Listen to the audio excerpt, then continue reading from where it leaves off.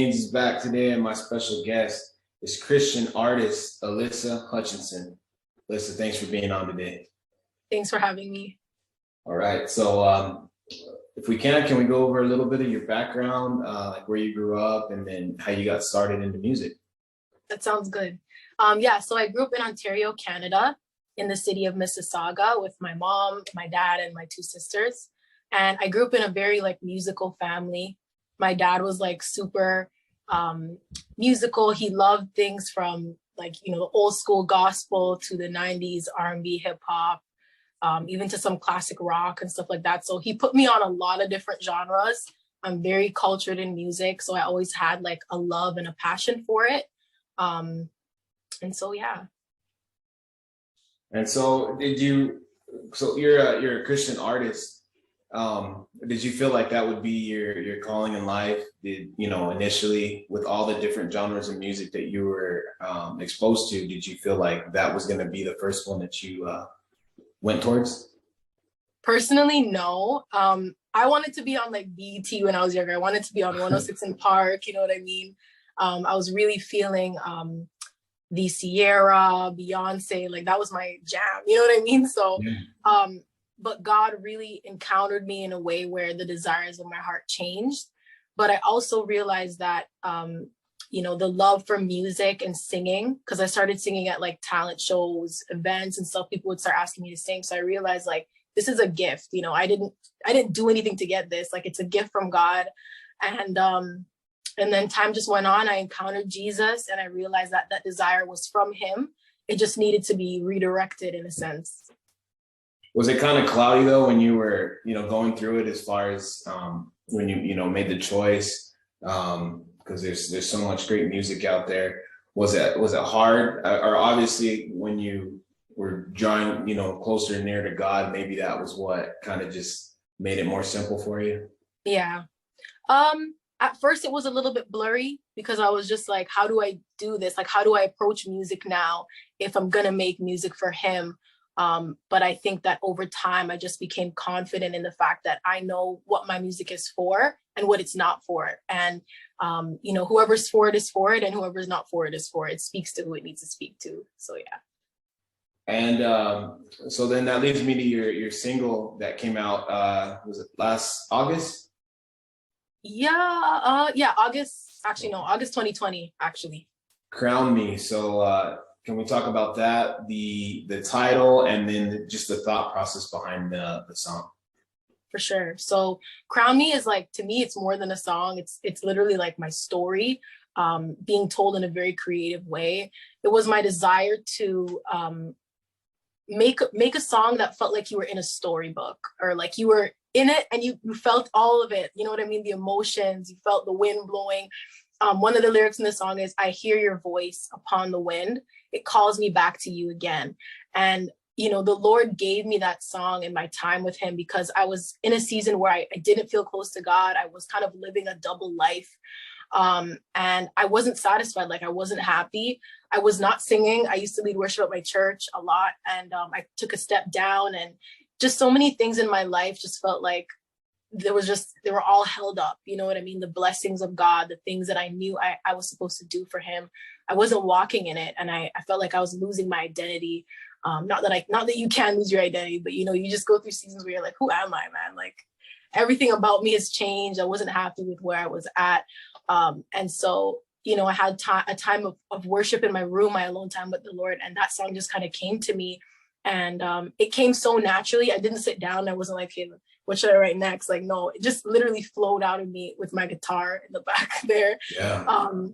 And yeah, I felt sometimes when I sing to the Lord in worship, I feel I enter into, I'm not trying to get too over spiritual with you. I don't know what your background is, who's going to be hearing this, but I kind of get into a vision state and I'm there and I can see it and I can feel all of the emotions and everything. And so that song is like a call from the heart of a believer or an unbeliever, somebody that wants to be close to God, the call of their heart to him and the call of his heart to them, if that makes sense. Because the premise of the song is the story of the prodigal son, how he left his father's home and he just lived a wild life, you know what I mean? And then he's going back to the Father, and the Father runs to him.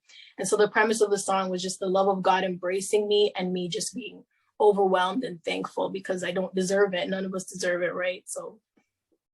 Wow, that's powerful. Yeah, I listened to the song, and I had taken kind of the same take from it, that you know, the calling, and I always feel that everybody has a calling, but is everybody listening? And then if you are listening, are you listening to the right, you know, God, or are you listening to something else as far as, you know, which way you go? And so even with your music, it's kind of scary to think about that, you know, we all have an impact on the world, whether it be good or bad. And so many people can resonate with your music and others, you know, but really glory be to God, you know, that he's putting it out to you, through you to them. So yeah, that's a blessing in itself. What about future goals though? You know, what are you hoping to accomplish? Long term, I would love to do ministry and music full time. Like, I'm a child and youth worker, and I have a heart and a passion for youth. But I feel like as I get older, I realize like I could do this forever. Like I could make music forever. You know what I mean? So it's my prayer that hopefully in the next few years, maybe 5 years or so, I can be doing this like as a living, maybe traveling, God willing. Yeah, and that was another thing that I saw on your page and that's what I was actually I'm a big like YouTube cover guy. Like I'm the person that'll sit at home and watch covers, and you did that cover of Gyra, and I loved it. And so you know, shout out to you for that, because you know, I'm a big lyricist. You know, I'm not a musician, but I really like to look at detailed lyrics and see exactly what it is they mean, and then my own interpretation of it. So when you say that, you know, you could sit up there and do it all day, I mean, that's great. That's fantastic, because you know, the world needs more of that. So yeah, that's how I found you, if you're wondering. Awesome. That's so cool. And so what's next for you? I know you just did you know, future goals, but I guess in the short term, what do you have going on? And then the second part of that, advice. What advice would you give somebody? Because I feel like sometimes sorry, go ahead. You're okay. It's hard to start in ministry, you know, because a lot of people say it's not cool, or it's not hip, it's not for them. So advice, and what do you have going on in the short term? Yeah, I'm so over being cool, honest to God. I think being cool is overrated, and I think that sorry, this is kind of referring to what you were saying. I know it's not a question, but I just feel like replying to it. You know, everybody has this idea of what cool is, but I feel like in the world, or the culture of the world is like to emulate whatever you see, you know, and then it's like nobody's an original anymore. And God called us to be very unique and very distinct, even in our sound, you know, like with my music, I don't think I sound like Tasha Cobbs, but I don't think I sound like Hillsong either. You know what I mean? Like I have my own distinct thing that the Lord gave me. And so what's next? I would say I want to work on a single, hopefully coming up in the next 2 months. Hopefully, I'm trying my best, but I want to put out a lot more music this year, more singles, and then hopefully an EP. And yeah, just stay tuned for that, because this is literally like something I wanted to do for years, but you know, when you kind of delay yourself and you postpone what you're supposed to do. So this is a time where I'm like, I want to go all out and just do what I'm supposed to do, and you know, steward it well. For advice now, I would say, you know, I talk to a lot of different people. I have friends of all different faiths and different walks in life. And the one thing that holds true is that God has a divine purpose for everyone, regardless of what you believe. Like everybody's heart is beating and you're like, why is it beating? Like, why am I here? You know what I mean?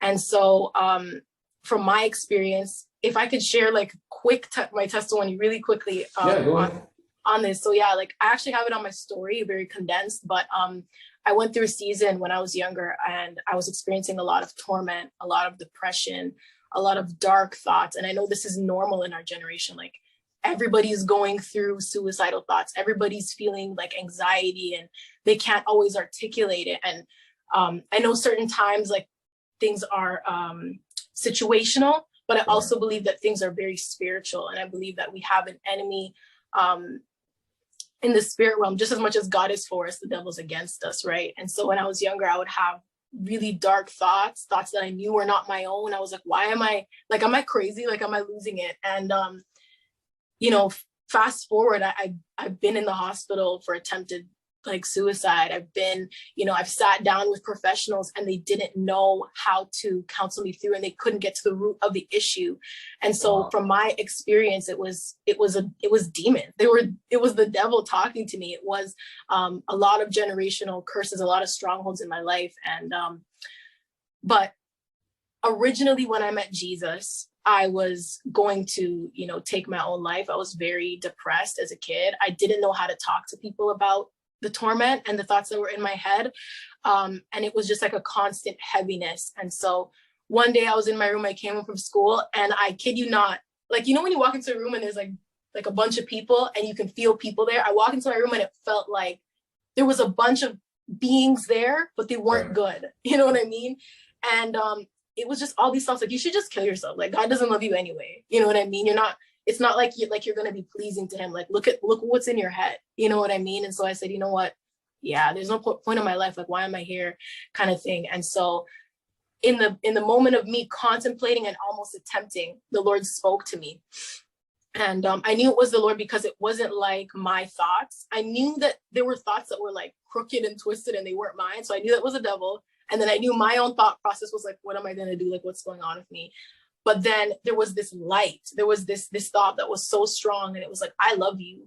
I have a plan for you. Like, I died for you. And so I was like, okay, I know these aren't my thoughts. I'm used to thinking dark things. So I was like, God, who are you? You know what I mean? I want to know who you are. I know like everybody has different faith. Everybody believes in so many other gods in this world. Like, I want to know who my God is. I want to know who the creator of me is. You know what I mean? And so moving forward, a little bit like shortly after, I had a dream, and in the dream I was in a pitch black room.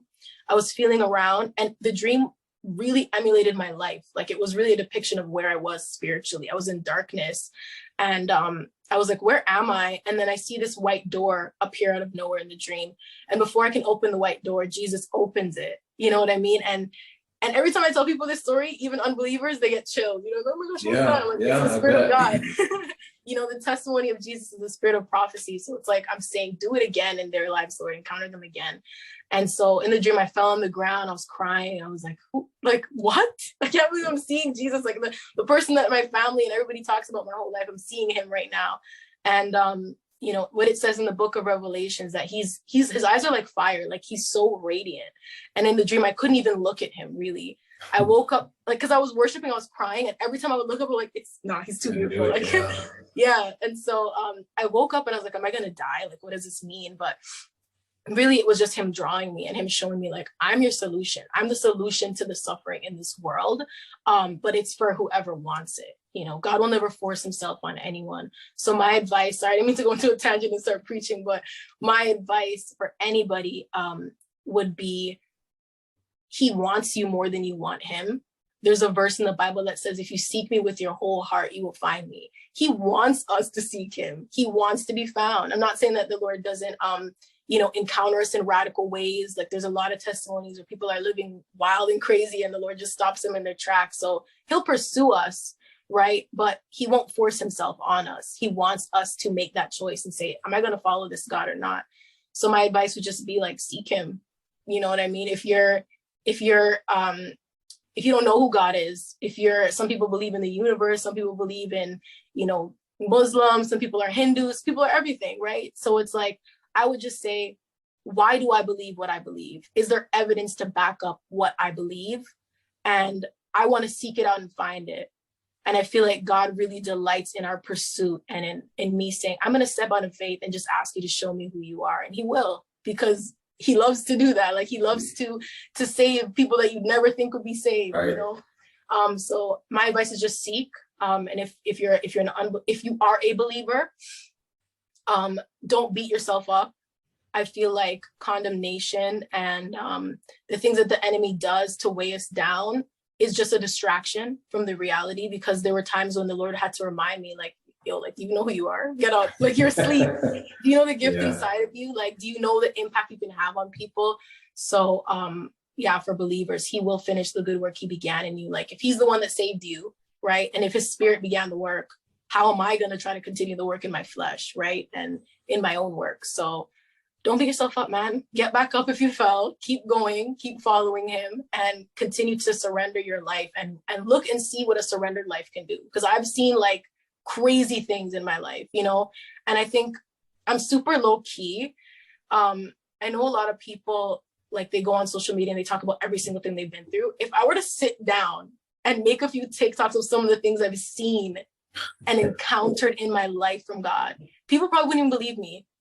Like, I've encountered God in crazy ways. So yeah, just seek. Yeah. That's great advice, especially with the testimony. Because again, if I go back to the lyrics of songs and if I jump back into Gyra, I mean, that's just like my song right now among many, but one of the key lyrics is, and you know, I will be content in every circumstance.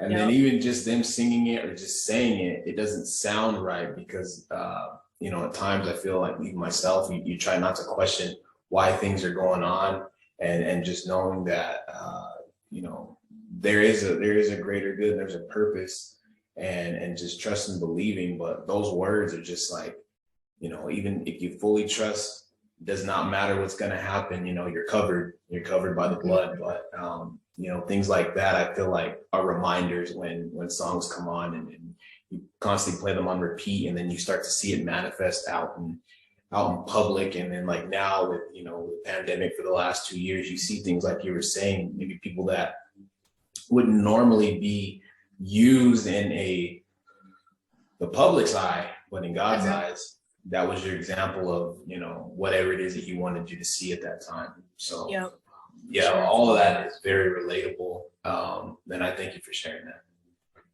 Thank you for having me. And, you know, I really appreciate you just even reaching out. This is a great opportunity for me to just like share my story and grow even in interviews. So I never done this before, so it's fun. I like it. Yeah, it's been good. And lastly, social media, where can people find you at? Yeah, so in my bio on Instagram, I have all the links there in my link tree. So my Instagram is Alyssa_Hutchinson, and my YouTube is just Alyssa Hutchinson. I can't remember my TikTok. It's somewhere in the link tree there, but I'm just getting started on TikTok, so you guys can check me out there too. Okay, and I'll put all that in below in the description. You guys can find that. Alyssa, again, I appreciate you being on. Thank you for sharing, and it's been a real treasure.